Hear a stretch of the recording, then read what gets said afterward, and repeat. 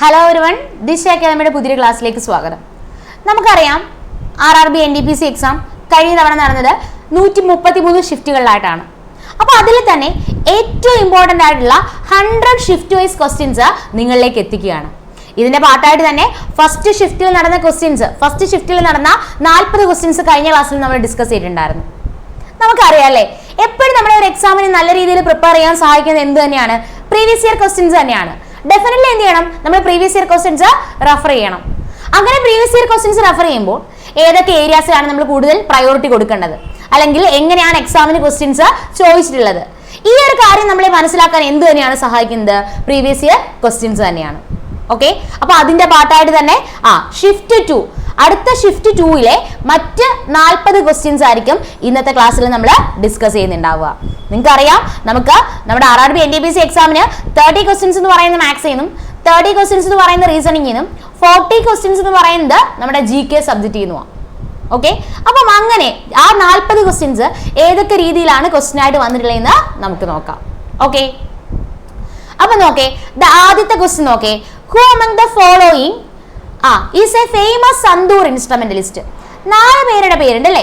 ഇതില് ഫേമസ് ആയിട്ടുള്ള സന്തൂർ ഇൻസ്ട്രുമെന്റലിസ്റ്റ് ആരാണ്? അതിന് ആൻസർ ആരാണ്? പണ്ഡിറ്റ് ശിവകുമാർ ശർമ്മയാണ്. അപ്പൊ പഠിച്ചു വെച്ചോളുക, പണ്ഡിറ്റ് ശിവകുമാർ ശർമ്മ ഏത് ഇൻസ്ട്രുമെന്റുമായിട്ട് റിലേറ്റ് ചെയ്യുന്നു? സന്തൂർ ഇൻസ്ട്രുമെന്റുമായിട്ട് റിലേറ്റ് ചെയ്യുന്നു. ഓക്കെ, പണ്ഡിറ്റ് ശിവകുമാർ ശർമ്മ ഏത് ഇൻസ്ട്രുമെന്റുമായിട്ട് റിലേറ്റ് ചെയ്യുന്നു? അതിന് ആൻസർ ഏത് ഇൻസ്ട്രുമെന്റ് ആണ്? സന്തൂർ ഇൻസ്ട്രുമെന്റുമായിട്ട് റിലേറ്റ് ചെയ്യുന്നു. പണ്ഡിറ്റ് ശിവകുമാർ ശർമ്മയ്ക്ക് ലഭിച്ചിട്ടുള്ള അവാർഡുകൾ നോക്കണം. ഏതൊക്കെയാണെന്ന് വെച്ച് കഴിഞ്ഞാൽ സംഗീത നാടക അക്കാദമി അവാർഡ്, പത്മശ്രീ, അതുപോലെ തന്നെ പത്മവിഭൂഷൺ. നമുക്ക് അറിയാം, ലാസ്റ്റിലത്തെ RRB എക്സാം നടന്നത് RRB NTPC അതുപോലെ ഗ്രൂപ്പ് ഡിയുടെ എക്സാമാണ്. പിന്നീട് ഇനി വരുന്ന ALP എക്സാം ആണ് നടക്കാനായിട്ട് പോകുന്നത്. അപ്പൊ അതിനുശേഷം നടന്നിട്ടില്ല, അതായത് അത്രയും ആ ഒരു ഇയർ ഡിഫറൻസിൽ നടന്നിട്ടുള്ള എക്സാംസിൽ നമുക്കറിയാം ഈ ആർട്സ് ആൻഡ് കൾച്ചറുമായിട്ട് റിലേറ്റ് ചെയ്ത അല്ലെങ്കിൽ മ്യൂസിക്കൽ ഇൻസ്ട്രുമെന്റുമായിട്ട് റിലേറ്റ് ചെയ്തിട്ടുള്ള പേഴ്സൺസും അവർക്ക് ലഭിച്ചിട്ടുള്ള അവാർഡുകളും എക്സാമിന് ക്വസ്റ്റ്യൻ ആയിട്ട് വരുന്നുണ്ട്. അതുകൊണ്ട് തന്നെ ഇനി വരുന്ന ഒരു എക്സാമിന് ഈ പണ്ഡിറ്റ് ശിവകുമാർ ശർമ്മയുമായിട്ട് റിലേറ്റ് ചെയ്തിട്ടുള്ള അവാർഡുകൾ നമ്മൾ പഠിച്ചിരിക്കണം. ഓക്കെ, അപ്പൊ നമ്മൾ നോക്കുന്നു, പണ്ഡിറ്റ് ശിവകുമാർ ശർമ്മ സന്തൂർ ഇൻസ്ട്രുമെന്റുമായിട്ട് റിലേറ്റ് ചെയ്യുന്നത് നമുക്കറിയാം. സന്തൂറിനെ ഒരു പോപ്പുലർ ഇൻസ്ട്രുമെന്റ് ആക്കി മാറ്റുന്നതിന് മേജർ റോൾ വഹിച്ചത് ആരാണെന്ന് വെച്ചാലും അതിന് ആൻസർ ആരാണ്? പണ്ഡിറ്റ് ശിവകുമാർ ശർമ്മയാണ്. പണ്ഡിറ്റ് ശിവകുമാർ ശർമ്മയ്ക്ക് 1986 സംഗീത നാടക അക്കാദമി അവാർഡും, 1991 പത്മശ്രീയും, 2001 പത്മവിഭൂഷണൻ ലഭിക്കുന്നു. ഓക്കെ, അപ്പൊ പണ്ഡിറ്റ് ശിവകുമാർ ശർമ്മ സന്തൂർ ഇൻസ്ട്രുമെന്റുമായിട്ട് റിലേറ്റ് ചെയ്യുന്നു. 1986 സംഗീത നാടക അക്കാദമി അവാർഡ്, 1991 പത്മശ്രീ, 2001 പത്മവിഭൂഷണൻ ലഭിക്കുന്നു. ഈ 3 വർഷങ്ങൾ എന്ത് ചെയ്യണം? പഠിച്ചു വെക്കണം. 1986 സംഗീത നാടക അക്കാദമി അവാർഡ്, 1991 പത്മശ്രീ, 2001 പത്മവിഭൂഷൺ. ഇനി സന്തൂർ ഇൻസ്ട്രുമെന്റുമായിട്ട് റിലേറ്റ് ചെയ്ത് നമ്മൾ ഓർക്കേണ്ട മറ്റു 3 പേരുകളോട് പറഞ്ഞുതരാം. ഓക്കെ, അപ്പം പണ്ഡിറ്റ് ശിവകുമാർ ശർമ്മ സന്തൂറുമായിട്ട് റിലേറ്റ് ചെയ്യുന്നു. അതുപോലെ തന്നെ ഉൽഹാസ് ഭപ്പട്ട്, രാഹുൽ ശർമ്മ, ഭജൻ സൊബോരി. ഓക്കെ, ഉൽഹാസ് ഭപ്പട്ട്, രാഹുൽ ശർമ്മ, ഭജൻ സൊബോരി. ഉൽഹാസ് ഭപ്പട്ട്, രാഹുൽ ശർമ്മ, ഭജൻ സൊബോരി എന്തുമായിട്ട് റിലേറ്റ് ചെയ്യുന്നു? സന്തൂർ ഇൻസ്ട്രുമെന്റുമായിട്ട് റിലേറ്റ് ചെയ്യുന്നു. ആരൊക്കെയാണ്? ഉൽഹാസ് ഭപ്പട്ട്, രാഹുൽ ശർമ്മ, ഭജൻ സൊബോരി. ഏത് ഇൻസ്ട്രുമെന്റുമായിട്ട് റിലേറ്റ് ചെയ്യുന്നു? സന്തൂർ ഇൻസ്ട്രുമെന്റുമായിട്ട് റിലേറ്റ് ചെയ്യുന്നു, ഓർത്തിരിക്കുക. ഓക്കെ, ഉൽഹാസ് ഭപ്പട്ട്, രാഹുൽ ശർമ്മ, ഭജൻ സൊബോരി. ഡയറക്ട്ലി ചോദിക്കും, Bhajan Sopori related to which musical instrument? ഏതാണ്? സന്തൂർ ഇൻസ്ട്രുമെന്റ് ആണ്. ഓക്കെ, അപ്പൊ ഇവിടെ നോക്കേ, നമ്മൾ പറഞ്ഞല്ലോ പണ്ഡിറ്റ് ശിവകുമാർ ശർമ്മയുടെ അവാർഡുകൾ പറഞ്ഞു. ഒരു കാര്യം കൂടി ഇവിടെ ഓർത്തിരിക്കാനുണ്ട്. ഈ പണ്ഡിറ്റ് ശിവകുമാർ ശർമ്മയുടെ ഓട്ടോബയോഗ്രഫി എക്സാമിന് ക്വസ്റ്റ്യൻ ആയിട്ട് വന്നു. ഓക്കെ, പണ്ഡിറ്റ് ശിവകുമാർ ശർമ്മയുടെ ഓട്ടോബയോഗ്രഫി എക്സാമിന് ക്വസ്റ്റ്യൻ ആയിട്ട് വന്നു. Journey with a 100 string. Okay, journey with a 100 strings, my life in music എന്നുള്ളതാണ് കേട്ടോ. Okay, journey with a 100 string, my life in music.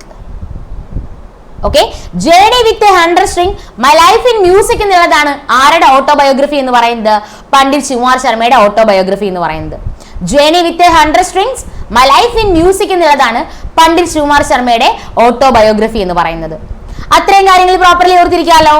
Okay, ഇനി അറിയേണ്ടത് നിങ്ങളുടെ ഫസ്റ്റ് ഓപ്ഷൻ നോക്കേ, നിഖിൽ ബാനർജി. ക്വസ്റ്റ്യൻ വരും, നിഖിൽ ബാനർജി ഏത് ഇൻസ്ട്രുമെന്റുമായിട്ട് റിലേറ്റ് ചെയ്യുന്ന അതിന് ആൻസർ സിത്താർ.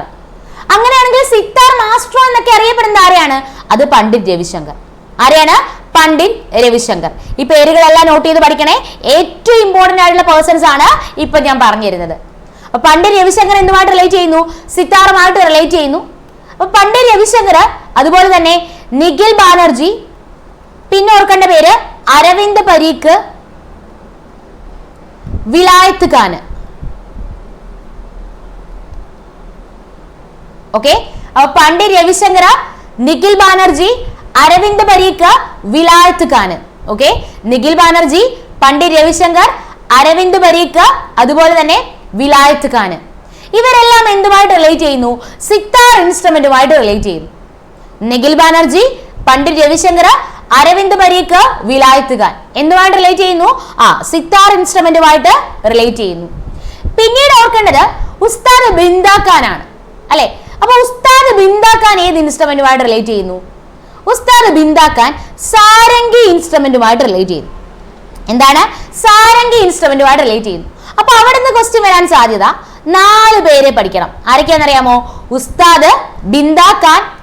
കുറെ പേരുണ്ട്, ഏറ്റവും ഇമ്പോർട്ടന്റ് ആയിട്ടുള്ളവരാണ് ഞാൻ ഇവിടെ പറയുന്നത്. ബാക്കിയുള്ള നമുക്ക് വരുന്ന ക്ലാസ്സുകളിൽ പഠിക്കാം. ഓക്കെ, അപ്പൊ ഉസ്താദ് ബിന്ദാ ഖാൻ, ഉസ്താദ് ബുന്ദു ഖാൻ, ഉസ്താദ് ബിന്ദാ ഖാൻ, ഉസ്താദ് ബുന്ദു ഖാൻ, ഷക്കൂർ ഖാൻ, ഉസ്താദ് ബിന്ദാ ഖാൻ, ഉസ്താദ് ബുന്ദു ഖാൻ, ഷക്കൂർ ഖാൻ, സാബ്രിക് ഖാൻ. ഓക്കെ, ഉസ്താദ് ബിന്ദാ ഖാൻ, ബുന്ദു ഖാൻ, ഷക്കൂർ ഖാൻ, സാബ്രിക് ഖാൻ എന്തുമായിട്ട് റിലേറ്റ് ചെയ്യുന്നു? സാരംഗി ഇൻസ്ട്രുമെന്റുമായിട്ട് റിലേറ്റ് ചെയ്യുന്നു. ഓക്കെ, ഉസ്താദ് ബിന്ദാ ഖാൻ, ബുന്ദു ഖാൻ, ഷക്കൂർ ഖാൻ, സാബ്രിക് ഖാൻ സാരംഗി ഇൻസ്ട്രുമെന്റുമായിട്ട് റിലേറ്റ് ചെയ്യുന്നു. ഓർത്തോളുക, സാബ്രിക് ഖാൻ സാരംഗി ഇൻസ്ട്രുമെന്റ് ആണെന്ന് പറഞ്ഞു. എക്സാമിന് ക്വസ്റ്റ്യൻ വരും സബീർ ഖാൻ. അപ്പൊ ശ്രദ്ധിച്ചിട്ട് ആൻസർ എഴുതാവൂ. സാബ്രിക് ഖാൻ എന്താണ്? സാരംഗിയാണ്. സബീർ ഖാൻ എന്തുമായിട്ട് റിലേറ്റ് ചെയ്യുന്ന അതിന് ആൻസർ തബലയാണ്. ഓക്കെ, അപ്പൊ ഈ ഒരു ക്വസ്റ്റ്യനെ ബേസ് ചെയ്ത് പറഞ്ഞ കാര്യങ്ങളൊക്കെ ആണല്ലോ. ഉസ്താദ് ബിന്ദാ ഖാന്, ബുന്ദു ഖാന്, ഷക്കൂർ ഖാന്, സാബ്രിക് ഖാന് സാരംഗി ഇൻസ്ട്രുമെന്റുമായിട്ട് റിലേറ്റ് ചെയ്യുന്നു. സാബ്രിക് ഖാൻ സാരംഗി ഇൻസ്ട്രുമെന്റ് ആണ്. സബീർ ഖാൻ ഏത് ഇൻസ്ട്രുമെന്റുമായിട്ട് റിലേറ്റ് ചെയ്യുന്ന അതിന് ആൻസർ തബലയാണ്. ഓക്കെ ആണല്ലോ. ഓക്കെ, അപ്പൊ നെക്സ്റ്റ് ക്വസ്റ്റ്യൻ നമുക്ക് നോക്കാം. ഇത് വളരെ സിമിലർ ആയിട്ടുള്ള ക്വസ്റ്റ്യൻ ആണ്. Which of the following is not a part of circulatory system? അല്ലെ, സർക്കുലേറ്ററി സിസ്റ്റത്തിന് പാർട്ടായിട്ട് വരാത്തത് ഏതാണ്? ബ്ലഡ് ആണോ, ഹാർട്ട് ആണോ, ലാർജ് ഇൻറ്റസ്റ്റൈൻ ആണോ, ആർട്ടറീസ് ആണോ? അപ്പോ സർക്കുലേറ്ററി സിസ്റ്റത്തിന് പാർട്ടായിട്ട് വരാത്തത് ഏതാണ്? അത് ലാർജ് ഇൻറ്റസ്റ്റൈൻ ആണ്. ഓക്കെ, സർക്കുലേറ്ററി സിസ്റ്റത്തിന് പാർട്ടായിട്ട് വരാത്തത് ഏതാണ്? ലാർജ് ഇൻറ്റസ്റ്റൈൻ ആണ്. ഓക്കെ, അടുത്ത ക്വസ്റ്റ്യൻ എന്ന് പറയുന്നത് ഇങ്ങനെയാണ്. The global climate change alliance is an initiative of. Global climate change alliance ഇത് ആരുടെ ഇനിഷ്യേറ്റീവ് ആണ്? യൂറോപ്യൻ യൂണിയന്റെ ഇനിഷ്യേറ്റീവ് ആണ്. ഓക്കെ, ആരുടെയാണ്? European union. Global climate change alliance is an initiative of European union. Okay, global climate change alliance എന്നുള്ളത് ആരുടെ initiative ആണ്? European യൂണിയന്റെ ഇനിഷ്യേറ്റീവ് ആണ്. അത് പ്രോപ്പർലി ഓർത്തിരിക്കുക. പിന്നീട് ചോദിച്ച question, N is the currency of. അത് കറൻസിയുമായിട്ട് റിലേറ്റ് ചെയ്ത് നമ്മൾ മുന്നത്തെ സ്ട്രാറ്റജിക്കയുടെ പ്രീവിയസ് ഇയർ ക്വസ്റ്റ്യൻ ഡിസ്കഷനിൽ പറഞ്ഞിട്ടുണ്ടായിരുന്നു. അപ്പൊ ഇവിടെ ആൻസർ പറയുന്നു yen എന്ന് പറയുന്നത് ഏത് രാജ്യത്തിന്റെ കറൻസിയാണ്? ജപ്പാന്റെ കറൻസിയാണ് എന്തെന്ന് പറയുന്നത്? yen എന്ന് പറയുന്നത്. ഓക്കെ, ഫിഫ്ത്ത് ക്വസ്റ്റ്യനിലേക്ക് പോകുന്നു. ഇങ്ങനെയാണ്, who gave the idea of constituent assembly of India for the first time? അപ്പൊ കോൺസ്റ്റിറ്റ്യൂവന്റ് അസംബ്ലി എന്ന് പറയുന്ന idea, constituent assembly of India എന്ന് പറയുന്ന ഐഡിയ നൽകുന്നത് ആരാണ്? ആദ്യമായിട്ട് നൽകുന്നത് ആരാണ്? അങ്ങനെ ചോദിച്ചാൽ ആൻസർ എം.എൻ. റോയി ആണ്. ആരാണ്? എം.എൻ. റോയി. നിങ്ങൾക്കറിയാം 1925 communist party of India form ചെയ്യുന്നത് ആരാണ്? എം.എൻ. റോയി ആണ്. ഓക്കെ, അപ്പോ first time constituent assembly of India എന്ന് പറയുന്ന ഐഡിയ നൽകുന്നത് ആരാണ്? എം.എൻ. റോയി ആണ്. ഓർക്കുക, 1925 ഇയർ എന്നാണ്. 1925 communist party of India form ചെയ്യുന്നത് ആരാണെന്ന് ചോദിച്ചു കഴിഞ്ഞാൽ അതിനും ആൻസർ ആര് തന്നെയാണ്? എം.എൻ. റോയി തന്നെയാണ്. നമ്മൾ 6th ക്വസ്റ്റ്യനിലേക്ക് പോകുന്നു. അതായത് ടോട്ടൽ 40 ക്വസ്റ്റ്യൻസിൽ ഒരു 10 to 15 ക്വസ്റ്റ്യൻസ്, ഒരു 10 ക്വസ്റ്റ്യൻസ് ഒക്കെ പറയുന്നത് നമുക്ക് എല്ലാവർക്കും ആൻസർ ചെയ്യാൻ പറ്റുന്ന സിമ്പിൾ ക്വസ്റ്റ്യൻസ് ആയിരിക്കും. അപ്പൊ അത്തരത്തിലൊരു ക്വസ്റ്റ്യൻ ആണ് ഇതും. The region of planet earth wear life exist is known as. എന്തെന്ന് പറയുന്നു? ബയോസ്ഫിയർ എന്ന് പറയുന്നു. എന്തെന്ന് പറയുന്നു? ബയോസ്ഫിയർ എന്ന് പറയുന്നു. ഓക്കെ, നമ്മൾ 7th ക്വസ്റ്റ്യനിലേക്ക് പോകുന്നു. Which of the following award is associated with only music?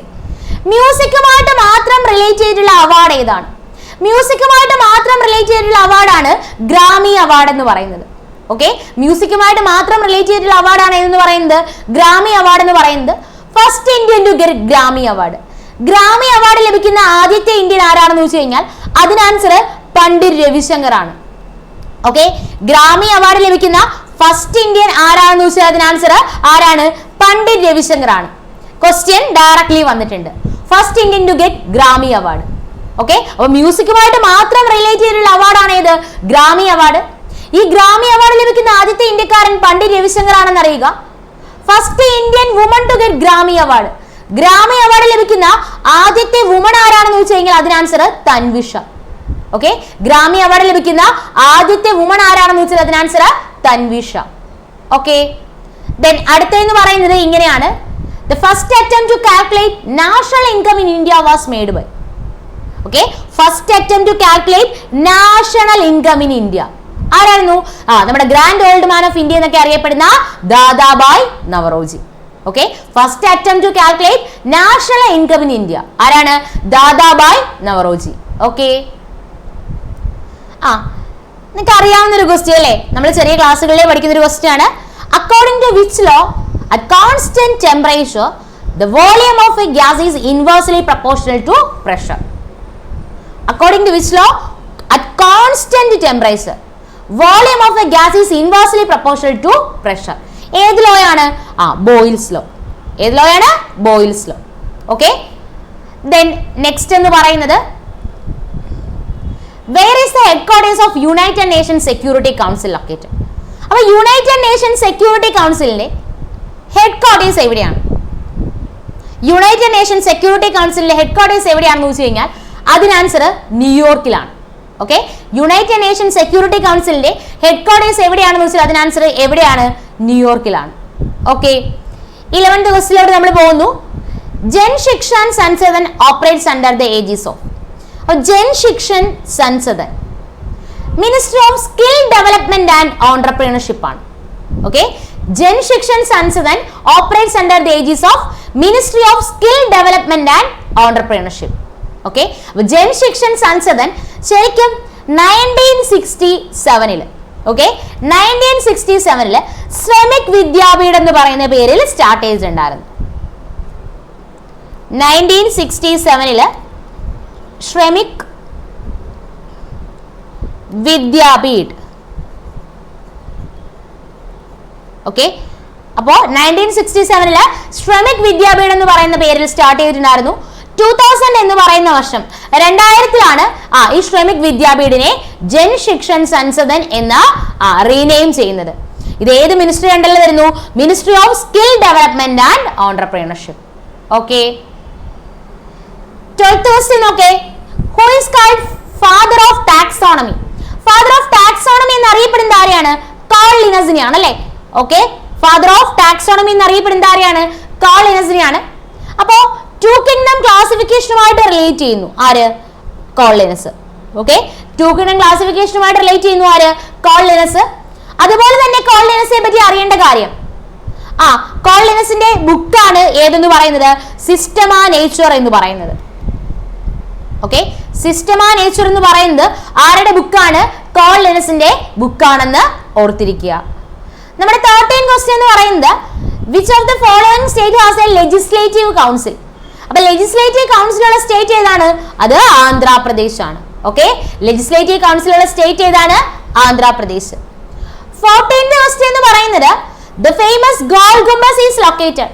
അപ്പൊ ഗോൾ ഗുംബസ് ലൊക്കേറ്റ് ചെയ്യുന്നത് എവിടെയാണെന്ന് വെച്ച് കഴിഞ്ഞാൽ അത് കർണാടകയിലാണ് കേട്ടോ. ഓക്കെ, ഗോൾ ഗുംബസ് ലൊക്കേറ്റ് ചെയ്യുന്നത് എവിടെയാണ്? കർണാടക. കർണാടകയിൽ എവിടെയാണെന്ന് കൂടി നോട്ട് ചെയ്തോളുക. കർണാടകയിലെ ബീജാപൂരിലാണ്. ഓക്കെ, അപ്പൊ ഗോൾ ഗുംബസ് ലൊക്കേറ്റ് ചെയ്യുന്നത് കർണാടകയിൽ എവിടെയാണ്? ബീജാപൂരിൽ. ഓക്കെ, 15th ക്വസ്റ്റ്യൻ പറയുന്നത് the Mappila rebellion took place between the years. Mappila rebellion ഏത് വർഷമായിരുന്നു? 1921-22 time പീരീഡിലാണ്.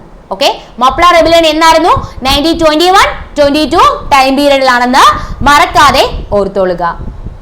Which film was given the Filmfare Award for Best Film in 2020? അപ്പൊ 2020 ബെസ്റ്റ് ഫിലിമിനുള്ള ഫിലിം ഫെയർ അവാർഡ് ലഭിച്ചത് ഗള്ളി ബോയ്. ഇതിനായിരുന്നു Gully boy.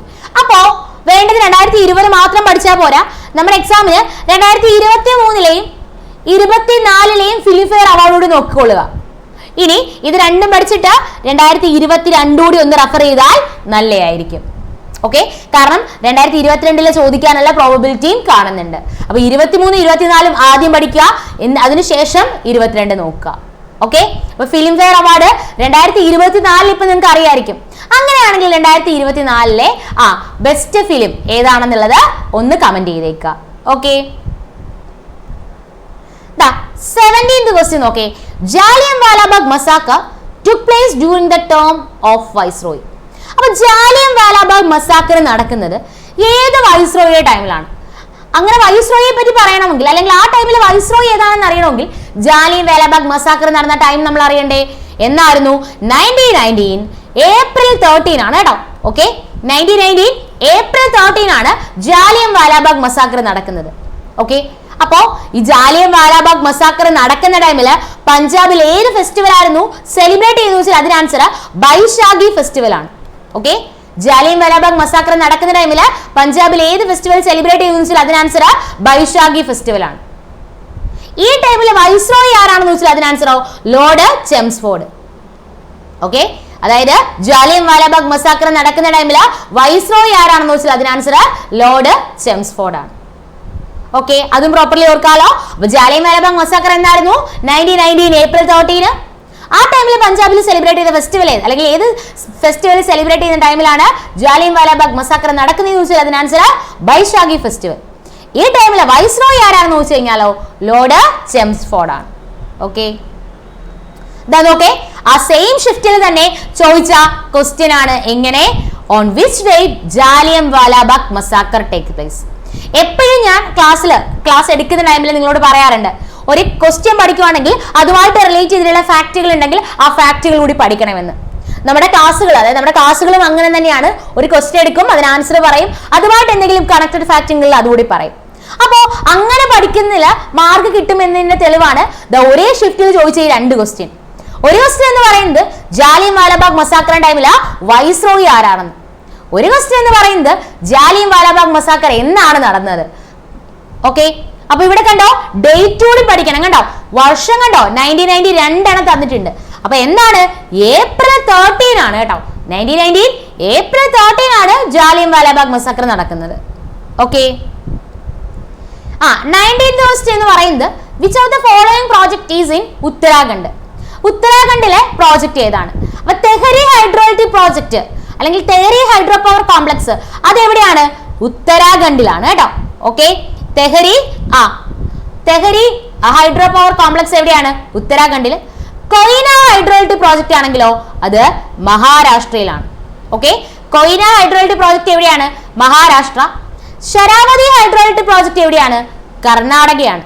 Okay, Sharavathi hydro electric project എവിടെയാണ്? Karnataka. Chamera hydro electric project okay, Chamera hydro electric project എവിടെയാണ്? Himachal Pradesh. Okay, അപ്പൊ Tehri hydro power complex ആണെങ്കിൽ Uttarakhand, Koyna hydro electric project ആണെങ്കിൽ Maharashtra, Sharavathi hydro electric project ആണെങ്കിൽ Karnataka, Chamera hydro electric project ആണെങ്കിൽ എവിടെയുമാണ്? ഹിമാചൽ പ്രദേശിലുമാണ്. ഓക്കെ, തെഹരി ആണെങ്കിൽ Uttarakhand, Koyna hydro electric project ആണെങ്കിൽ Maharashtra, Sharavathi hydro electric project ആണെങ്കിൽ Karnataka, Chamera hydro electric project ആണെങ്കിലോ ഹിമാചൽ പ്രദേശ്. നമ്മുടെ 20ാമത്തെ ക്വസ്റ്റ്യൻ എന്ന് പറയുന്നത് the theory of relativity. Okay, theory of relativity. അപ്പോൾ theory of relativity is associated with. അപ്പോൾ തിയറി ഓഫ് റിലേറ്റിവിറ്റി ആരുമായിട്ട് അസോസിയേറ്റ് ചെയ്യുന്നു? ആൽബർട്ട് ഐൻസ്റ്റീൻ അല്ലേ? ഓക്കെ, തിയറി ഓഫ് റിലേറ്റിവിറ്റി ആരുമായിട്ട് റിലേറ്റ് ചെയ്യുന്നു? ആൽബർട്ട് ഐൻസ്റ്റീനുമായിട്ട് റിലേറ്റ് ചെയ്യുന്നു. ഓക്കെ, അപ്പൊ തിയറി ഓഫ് റിലേറ്റിവിറ്റി ആരുമായിട്ട് റിലേറ്റ് ചെയ്യുന്നു? ആൽബർട്ട് ഐൻസ്റ്റീനുമായിട്ട് റിലേറ്റ് ചെയ്യുന്നു. ആൽബർട്ട് ഐൻസ്റ്റീന് നോബൽ പ്രൈസ് ലഭിച്ച വർഷം ഒന്ന് നോട്ട് ചെയ്തോളുക, അത് 1921 ഓക്കെ, അപ്പൊ തിയറി ഓഫ് റിലേറ്റിവിറ്റി ആരുമായിട്ട് റിലേറ്റ് ചെയ്യുന്നു? ആൽബർട്ട് ഐൻസ്റ്റീനുമായിട്ട് റിലേറ്റ് ചെയ്യുന്നു. ഓർത്തോളുക, ആൽബർട്ട് ഐൻസ്റ്റീൻ നോബൽ പ്രൈസ് ലഭിച്ച വർഷം എന്നാണ്? അത് 1921. Okay, what is NNP? Net national product. Okay, അപ്പൊ NNP എന്ന് പറഞ്ഞാൽ എന്താണ്? GNP മൈനസ് ഡിപ്രിസിയേഷൻ എന്നാണ്. ഓക്കെ, NNB എന്ന് പറഞ്ഞാൽ എന്താണ്?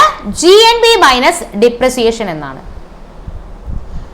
അടുത്ത ക്വസ്റ്റ്യൻ എന്ന് പറയുന്നത് Bhabha atomic research centre is located. അപ്പൊ ഇതുമായിട്ട് റിലേറ്റ് ചെയ്തിട്ടുള്ള ഫാക്റ്റുകളെല്ലാം മുന്നത്തെ ക്ലാസ്സിൽ ഡിസ്കസ് ചെയ്തിട്ടുള്ളതാണ്. അതുകൊണ്ട് തന്നെയാണ് ഇതിനെപ്പറ്റി ഞാനിപ്പോൾ കണക്റ്റഡ് ഒന്നും പറയുന്നില്ല, കാരണം ഓൾറെഡി നമ്മൾ പഠിച്ചതാണ്, ഓൾറെഡി ക്ലാസ്സുകളിൽ നിങ്ങൾ കണ്ട് പഠിച്ചിരിക്കുകയാണ്. അപ്പൊ ഇവിടെ പറയുന്നു ബാബ അറ്റോമിക് റിസർച്ച് സെന്റർ ലൊക്കേറ്റ് ചെയ്യുന്നത് എവിടെയാണെന്ന് വെച്ചാൽ അതിന് ആൻസർ എവിടെയാണ്? അത് മുംബൈയിലാണ്. എവിടെയാണ്? മുംബൈയിൽ. 23rd ക്വസ്റ്റ്യൻ നോക്കുവാണെങ്കിൽ the process of taking out stored result out of physical memory of a computer is known as. The process of taking out stored result out of physical memory of a computer is known as output process. എന്ത് പേരിലാണ് അറിയപ്പെടുന്നത്? Output process. Okay, അടുത്ത question എന്ന് പറയുന്നത് who fought the battle of Plassey against East India company. East India കമ്പനിക്കെതിരായിട്ട് battle of Plassey, okay, East India കമ്പനിക്കെതിരായിട്ട് battle of Plassey ആരായിരുന്നു fought ചെയ്തത്? അത് സിറാജുദ്ദൗള. ബാറ്റിൽ ഓഫ് പ്ലാസി ഏത് വർഷമാണ്? അത് 1757 എന്നാണ് ബാറ്റിൽ ഓഫ് പ്ലാസി എന്നാണ്? 1757. ഓക്കെ, ബാറ്റിൽ ഓഫ് പ്ലാസി എന്നാണ്? അത് 1757. ഓക്കെ, ദെൻ അടുത്ത ക്വസ്റ്റ്യൻ എന്ന് പറയുന്നത് glowing surface of the sun is known as. Glowing surface of the sun is known as എന്ന് പറയുന്നു ഫോട്ടോസ്ഫിയർ എന്ന് പറയുന്നു. Okay, glowing surface of the sun is known as photosphere. ഇത് നല്ലൊരു ക്വസ്റ്റ്യൻ ആണ്, അധികം അങ്ങനെ ചോദിച്ചു കണ്ടിട്ടില്ല, ഇനിയും റിപ്പീറ്റ് ചെയ്യാൻ പ്രോബബിലിറ്റി ഉള്ള ഒരു ക്വസ്റ്റ്യൻ ആണ്. The tricolour which was hoisted in Stuttgart by Madam Kama was smuggled into British India. Okay, was smuggled into British India by ആരാണ്? ഇന്ദുലാൽ യാഗ്നിക് ആണ് കേട്ടോ. ആൻസർ ആരാണ്? ഇന്ദുലാൽ യാഗ്നിക്. നല്ലൊരു ക്വസ്റ്റ്യൻ ആണ്. ദെൻ അടുത്ത ക്വസ്റ്റ്യൻ എന്ന് പറയുന്നത് which nation has hosted the Commonwealth Games 5 times? Okay, അപ്പോൾ 5 times Commonwealth Games, okay, 5 times Commonwealth Games host ചെയ്ത നേഷൻ ഏതാണ്? 5 times Commonwealth Games ഹോസ്റ്റ് ചെയ്ത നേഷൻ അത് ഓസ്ട്രേലിയ ആണ്. ഏതാണ്? ഓസ്ട്രേലിയ. അപ്പൊ Commonwealth games, okay, Commonwealth games start ചെയ്യുന്ന വർഷം എന്നാണ്? 1930 കോമൺവെൽത്ത് ഗെയിംസ് സ്റ്റാർട്ട് ചെയ്യുന്നത് എന്താണ്? 1930 ഈ കോമൺവെൽത്ത് ഗെയിംസിൽ നമ്മുടെ ഇന്ത്യയിൽ വെച്ച് കോമൺവെൽത്ത് ഗെയിംസ് നടക്കുന്നത് അത് 2010 അറിയുക. കോമൺവെൽത്ത് ഗെയിംസ് സ്റ്റാർട്ട് ചെയ്യുന്ന വർഷം ചോദിച്ചു കഴിഞ്ഞാൽ 1930, കോമൺവെൽത്ത് ഗെയിംസ് ഇന്ത്യയിൽ വെച്ച് നടക്കുന്ന വർഷം ചോദിച്ചു കഴിഞ്ഞാൽ അതിന് answer 2010. Commonwealth games 5 times host ചെയ്യുന്ന രാജ്യമാണ് ഓസ്ട്രേലിയ. ഓർത്തിരിക്കാലോ? ഓക്കെ, അപ്പോൾ നിങ്ങൾക്ക് അറിയാം ഈ വരുന്ന 25th മുതൽ 29th വരെയാണ് നമ്മുടെ ALPയുടെ എക്സാം എന്ന് പറയുന്നത് അല്ലേ. അപ്പോൾ ALP അതുപോലെ തന്നെ RPF എക്സാമിന് നിങ്ങളുടെ ലാസ്റ്റ് മിനിറ്റ് പ്രിപ്പറേഷൻ ബൂസ്റ്റ് ചെയ്യുന്നതിന് വേണ്ടി തന്നെ ഒരു മെഗാ മാരത്തോൺ ലൈവുമായിട്ട് November 23rd നമ്മൾ എത്തുന്നതായിരിക്കും. സോ ആ ഒരു ദിവസം കംപ്ലീറ്റ്ലി റിവൈസ് ചെയ്യാനും എക്സാമിന് ഏറ്റവും ഇമ്പോർട്ടൻ്റ് ആയിട്ട് ചോദിക്കാൻ സാധ്യതയുള്ള ക്വസ്റ്റ്യൻസ് തന്നെയായിരിക്കും നമ്മൾ ഡിസ്കസ് ചെയ്യുന്നത്. സോ ആ ടൈമിൽ നിങ്ങൾ എന്ത് ചെയ്യുക? ബാക്കി എല്ലാ ആക്ടിവിറ്റീസും നിങ്ങളുടെ മാറ്റി വെച്ചിട്ട് കംപ്ലീറ്റ് ഈ ക്ലാസ്സുകൾ കൃത്യമായിട്ട് ഫോളോ ചെയ്യുക. അപ്പോൾ എക്സാമിന് നിങ്ങളെ നല്ല മാർക്ക് സ്കോർ ചെയ്യുന്നതിന് ആ ക്ലാസ്സുകൾ സഹായിക്കും. ഓക്കെ, അപ്പോൾ നമുക്ക് അടുത്ത ക്വസ്റ്റ്യനിലേക്ക് നോക്കാം. Which of the following is not a part of auxiliary memories in a computer system? Okay, അപ്പം ഓക്സിലറി മെമ്മറിയിൽ വരാത്തത് ഏതാണെന്ന് ചോദിച്ചാൽ അതിന് ആൻസർ PROM ആണ്, programmable read only memory. Okay, 22 എന്ന് പറയുന്നത് the first Indian communication satellite. ഇന്ത്യയുടെ ആദ്യത്തെ കമ്മ്യൂണിക്കേഷൻ സാറ്റലൈറ്റ് ഏതാണെന്ന് ചോദിച്ചാൽ അതിന് ആൻസർ ആപ്പിൾ ആണ്. ഓക്കെ, ഏത് വർഷം? 1981. ഇന്ത്യയുടെ ആദ്യത്തെ കമ്മ്യൂണിക്കേഷൻ സാറ്റലൈറ്റ് ഏതാണ്? ആപ്പിള്. എന്നാണ്? 1981. ഈ 1981 ഒരു പ്രത്യേകത ഓൾറെഡി നിങ്ങളെ ഞാൻ GKയുടെ ക്ലാസ്സിൽ പഠിപ്പിച്ചിട്ടുണ്ടായിരുന്നു, സ്റ്റാറ്റിക് GKയുടെ ക്ലാസ്സിൽ പഠിപ്പിച്ചിട്ടുണ്ടായിരുന്നു. അത് നമ്മുടെ NTPC എക്സാമിനെ കഴിഞ്ഞ് നമ്മൾ ചോദിച്ചതുമാണ്, ഇനിയും ചോദിക്കാൻ പ്രോബബിലിറ്റി ഉള്ള ക്വസ്റ്റ്യൻ തന്നെയാണത്. അപ്പൊ അത് ഓർമ്മയുണ്ടെങ്കിൽ അതും ഒന്ന് ആൻസറിൽ കമന്റ് ചെയ്തേക്കുക. ഇനിയിപ്പോ ഓർമ്മ വന്നില്ല എന്നുണ്ടെങ്കിൽ ജസ്റ്റ് അപ്പോഴേ നിങ്ങൾ നോട്ട് എടുത്തൊന്ന് റിവൈസ് ചെയ്തേക്കുക. ഓക്കെ, അപ്പോൾ ഇന്ത്യയുടെ ആദ്യത്തെ കമ്മ്യൂണിക്കേഷൻ സാറ്റലൈറ്റ് മറക്കണ്ട, ഏതാണ്? ആപ്പിൾ ആണ്. ഓക്കെ, ഏതാണ് സ്കെയിലാർ ക്വാണ്ടിറ്റി? അത് ഓപ്ഷൻ നോക്കി എഴുതാനുള്ള ക്വസ്റ്റ്യൻ ആയിരുന്നു. അവിടെ കറക്റ്റ് ഓപ്ഷൻസ് ആയി ഉണ്ടായിരുന്നത് ഏതാണ്? മാസ് ആണ്. അത് നിങ്ങൾക്ക് അറിയാവുന്ന ഒരു ക്വസ്റ്റ്യൻ ആണ്. സ്കെയിലാർ ക്വാണ്ടിറ്റി, വെക്ടർ ക്വാണ്ടിറ്റി ഒക്കെ ഏതാണെന്നുള്ളത്. അപ്പോൾ അതൊക്കെ നമുക്ക് വളരെ സിമ്പിൾ ആയിട്ട് മാർക്ക് വാങ്ങിക്കാൻ പറ്റുന്ന ഒരു ഏരിയ ആണ്. 31st ക്വസ്റ്റ്യൻ എന്ന് പറയുന്നത് 49 parallel is a boundary between. 49 പാരലിൽ കണക്ട് ചെയ്യുന്നത് ഏതൊക്കെ രാജ്യങ്ങളെയാണ്? USA കാനഡയും തമ്മിലാണ്. ഓക്കെ 49th പാരലിൽ കണക്ട് ചെയ്യുന്നത് ഏതൊക്കെ രാജ്യങ്ങളെ തമ്മിലാണ്? USA-യും കാനഡയും തമ്മിലാണ്. ഇന്ത്യയും പാകിസ്ഥാന്റെയും ബൗണ്ടറി, അപ്പൊ USA-യും കാനഡയും തമ്മിലുള്ള ബൗണ്ടറി ആണ് ഏത്? 49th പാരലിൽ. ഇന്ത്യയും പാകിസ്ഥാനും തമ്മിലുള്ള ബൗണ്ടറി ആണ് ഏതെന്ന് പറയുന്നത് നിങ്ങൾക്ക് അറിയാം. ഏതാണ്? റാഡ്ക്ലിഫ് അല്ലേ? ഏതാണ്? റാഡ്ക്ലിഫ്. ഇനി നോർത്ത് കൊറിയയും സൗത്ത് കൊറിയയും അല്ലെ, നോർത്ത് കൊറിയയും സൗത്ത് കൊറിയയും ആണെങ്കിലോ 38th പാരലിലാണ്. ഓക്കെ, നോർത്ത് കൊറിയയും സൗത്ത് കൊറിയയും 38th പാരലിലാണ്. ഓക്കെ, അപ്പൊ 38th parallel is the boundary between north Korea and south Korea. Okay, ഇനി നമ്മുടെ USA-യും കാനഡയുമാണ് ഏതെന്ന് പറയുന്നത് 49th പാരൽ എന്ന് പറയുന്നത്. 17th പാരലിൽ, ഓക്കെ 17th പാരലിലാണെങ്കിൽ north Vietnam and south Vietnam. Okay, 17th പാരലിലാണെങ്കിൽ north Vietnam and south Vietnam. Okay, 17th പാരലിലാണെങ്കിൽ north Vietnam and south Vietnam.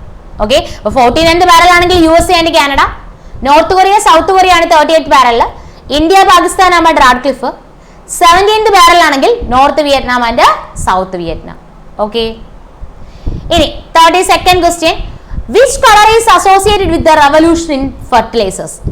Okay, അപ്പോൾ ഫെർട്ടിലൈസേഴ്സിന്റെ റെവല്യൂഷനുമായിട്ട് റിലേറ്റ് ചെയ്ത കളർ ഏതാണെന്ന് വെച്ച് കഴിഞ്ഞാൽ അതിന് ആൻസർ ഗ്രേ കളർ ആണ് കേട്ടോ. ഏത് കളറാണ്? ഗ്രേ കളറാണ്. 33rd ക്വസ്റ്റ്യൻ എന്ന് പറയുന്നത് ദ സാഹിത്യ അക്കാദമി ഈസ് ഹെഡ്ക്വാർട്ടേഡ് അറ്റ്. അപ്പൊ സാഹിത്യ അക്കാദമിയുടെ ഹെഡ്ക്വാർട്ടേഴ്സ് എവിടെയാണ്? അത് ന്യൂഡൽഹിയിലാണ് കേട്ടോ. സാഹിത്യ അക്കാദമി അവാർഡ് സ്റ്റാർട്ട് ചെയ്യുന്ന വർഷം എന്നാണ്? അത് 1954ലാണ്. ഓക്കെ, സാഹിത്യ അക്കാദമി അവാർഡ് സ്റ്റാർട്ട് ചെയ്യുന്ന വർഷം 1954. അതിന്റെ ഹെഡ്ക്വാർട്ടേഴ്സ് എവിടെയാണെന്ന് വെച്ച് കഴിഞ്ഞാൽ അതിന് ആൻസർ എവിടെയാണ്? ന്യൂഡൽഹിയിലാണ്. നമ്മുടെ 34ാമത്തെ ക്വസ്റ്റ്യൻ നോക്കേ, the Indradhanush framework and Indian government initiative is for. അപ്പൊ ഇന്ത്യൻ ഗവൺമെന്റിന്റെ ഒരു ഇനിഷ്യേറ്റീവ് ആണ് ഇന്ദ്രധനുഷ് എന്ന് പറയുന്നത്.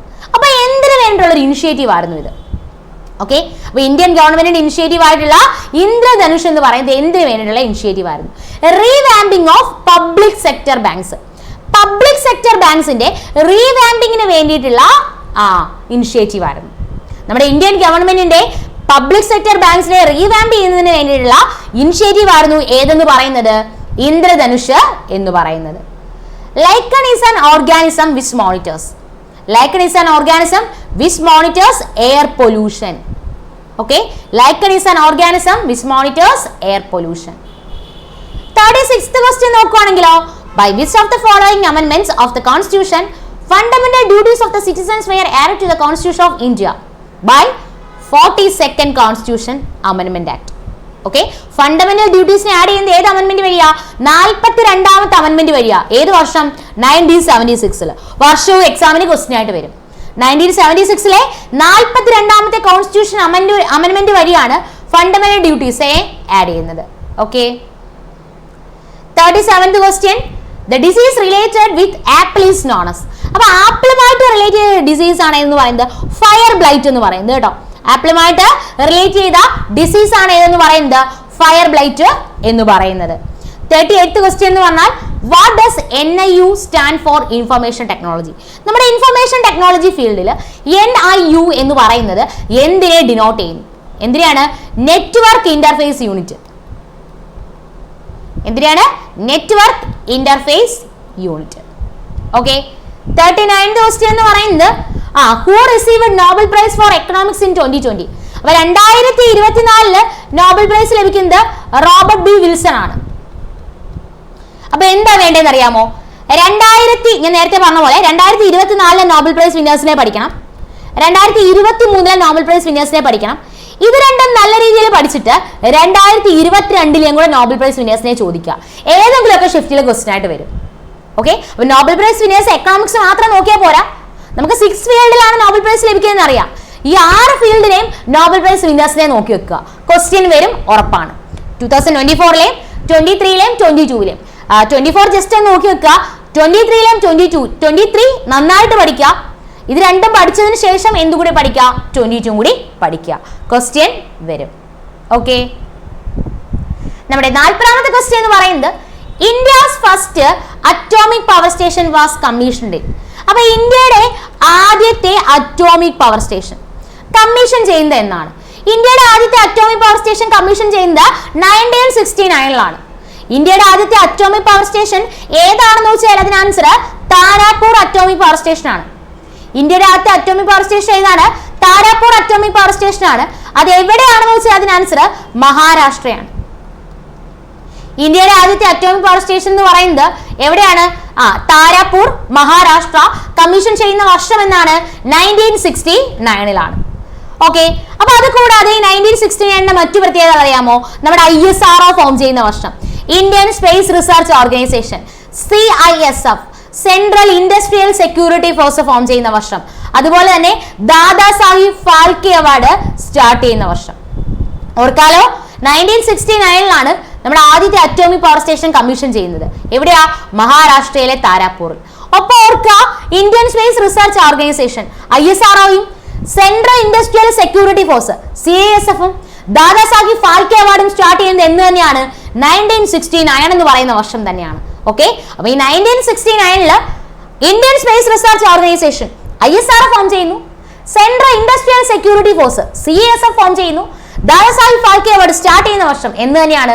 1969 ആ 1969 തന്നെയാണ് ഇന്ത്യയുടെ ആദ്യത്തെ അറ്റോമിക് പവർ സ്റ്റേഷൻ ആയിട്ടുള്ള താരാപൂർ മഹാരാഷ്ട്രയിൽ കമ്മീഷൻ ചെയ്യുന്നത്. ഓക്കെ. അപ്പൊ ഈ 40 ക്വസ്റ്റ്യൻസ് നിങ്ങൾക്ക് ഓക്കെ ആയോ?